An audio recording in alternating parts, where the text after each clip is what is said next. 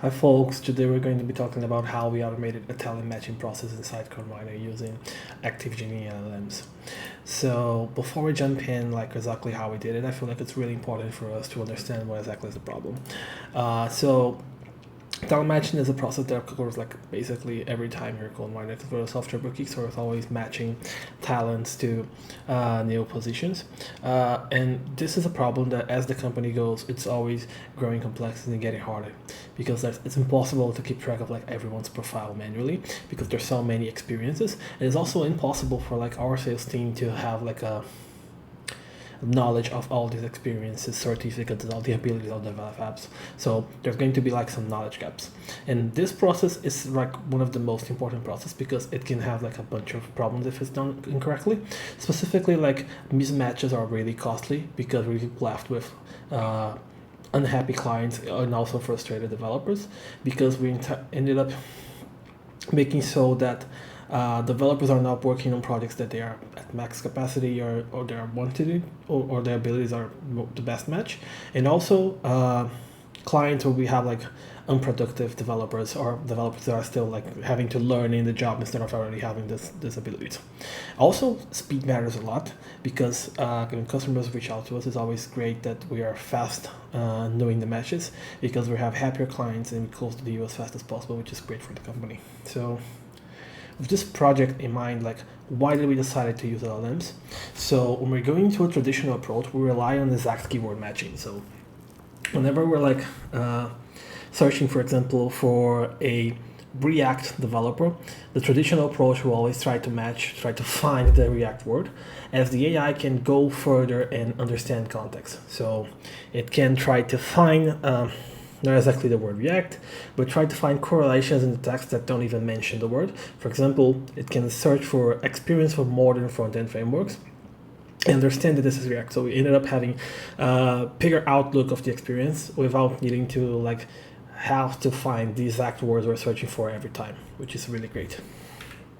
With that, like I wanted to do a small dive on like what managing context, what exactly is explicit and implicit context. So we have the explicit context is basically everything that's like clearly stated in the profile. So it's easy to reach out using like traditional approach. For example, years of experience in a specific language, list of programming languages that you ever worked for, certification, job titles. These are like pretty explicit, like you can read the text and just find it. And there's like implicit context that you need to know from the context of the experience that you're going to understand, like types of applications that are built. Are you working on e-commerce? Are you working on fintech? Are you working on checkouts or whatever part of the system you're working? For example, senior nuances where like how do I know if someone led projects or not just by some specific words? No, you need to understand the implicit context from the description of what the person did. And soft skills as well, like you can see if someone has leadership, autonomy, collaboration, good communication skills from what they described they were responsible in the project. So some things are like impossible to basically search for while we're going for the normal approaches. After that, like one thing that we always need to do is like we need to understand what's the data that's needed to back this AI approach. Specifically for our purpose right now, the system we used as a base, it didn't have like a standard database with all the developer information. So we went for a suboptimal route from NetBP. Like it's good enough for MVP, but it's not the optimal route that we go when we fully build this feature.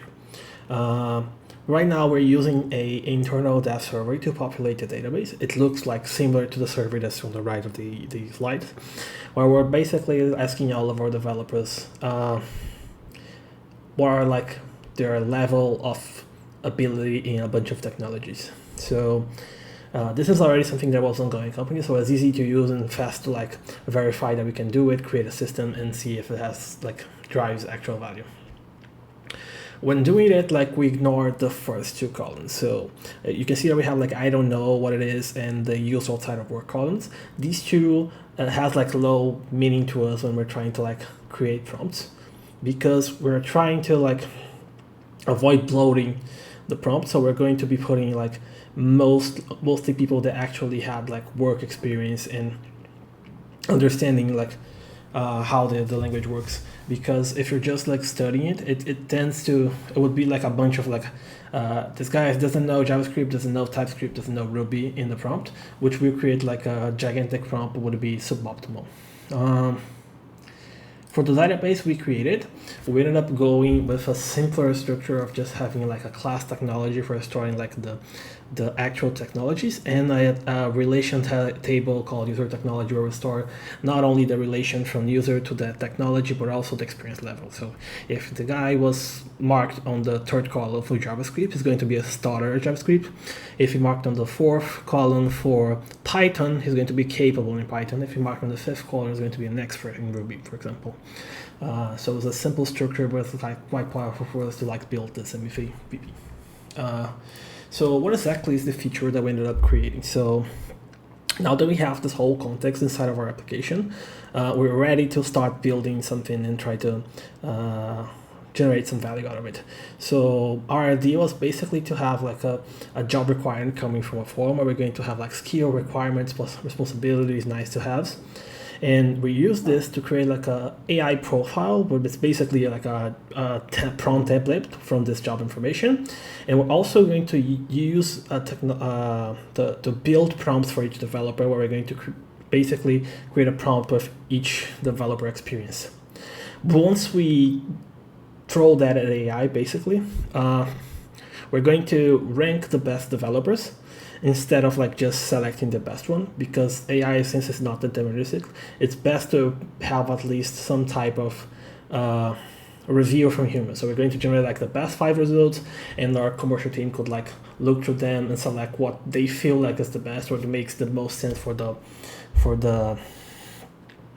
company. We decided to go with a multi-developer profile approach, because it's easier for us to like not load the prompt. Because for example, if we had like 5 developers in one single prompt and send like, oh, give me who is the best match here, we'll have like so many context levels in the same prompt that would impact how the AI would behave. So it's easier for us to have like each developer have its own prompt, its own API call to the AI, because it's going to like make the AI more performant and don't have to like manage different contexts in the same prompt. So basically the feature is going to have this specific form. It's just a simple form that's going to have like description, responsibilities, requirements, and nice to haves, and we're going to use it to build the prompt. When building like the actual structure that's going to manage the logic, we decided to go with Active Genie. So if you don't know what it is, this is like a really great Ruby gem with a bunch of ready-to-use AI pipelines.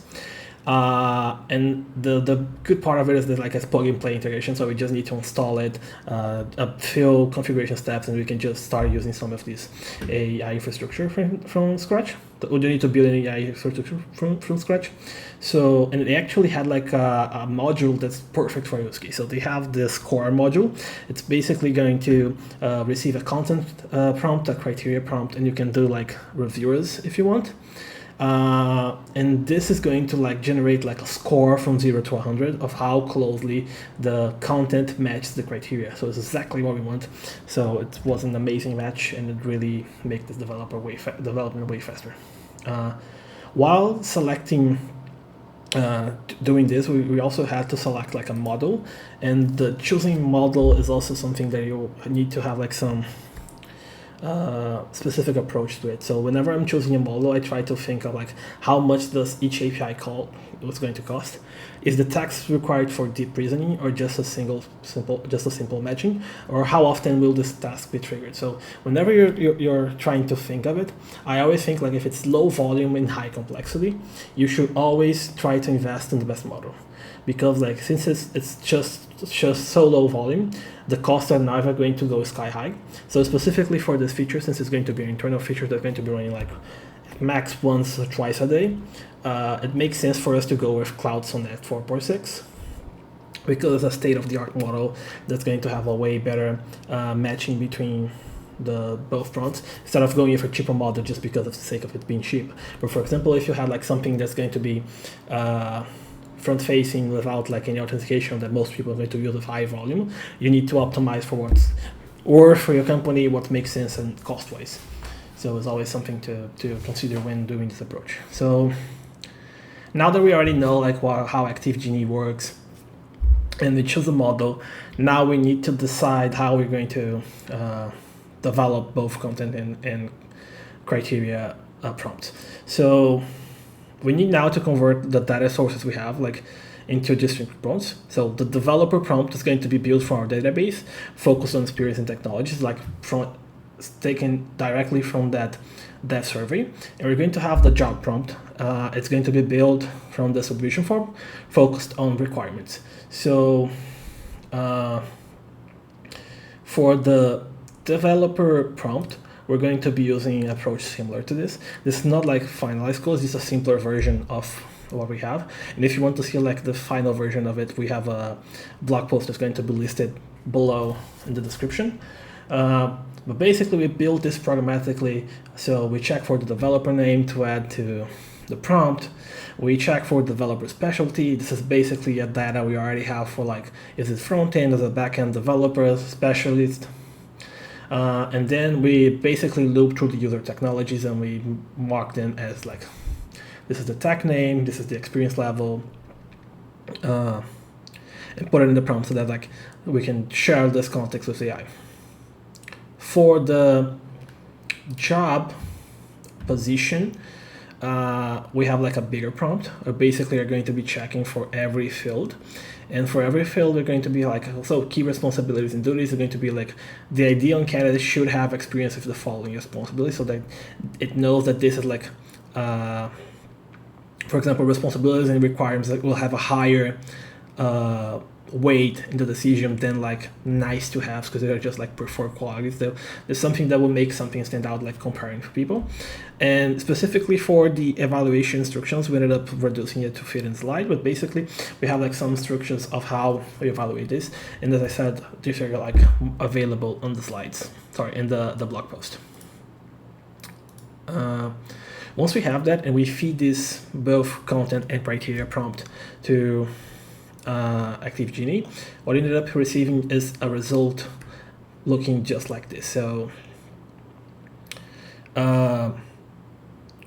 we're basically going to have like a reasoning and score for every reviewer we decided to have, and we have like a final score and a reasoning. So we use the final score. This is basically the mean from all the other scores, and we use it to rank and generate like a list of the 5 best ranked developers. And then we send like an email for a commercial team so they can do like the final decision. This is basically where we stop for this presentation. But since we're still building it, I feel like it's worth mentioning what we're working on, and this has probably become like another video in the future, so it's good to so you guys know what we're working on. So for next steps, like one of the things we're working on is an AI-powered resume reader. So this will create like a more easy way for us to populate the database with more relevant data, so we can like receive any resume, extract information from it, and populate the database to power our prompts in the future.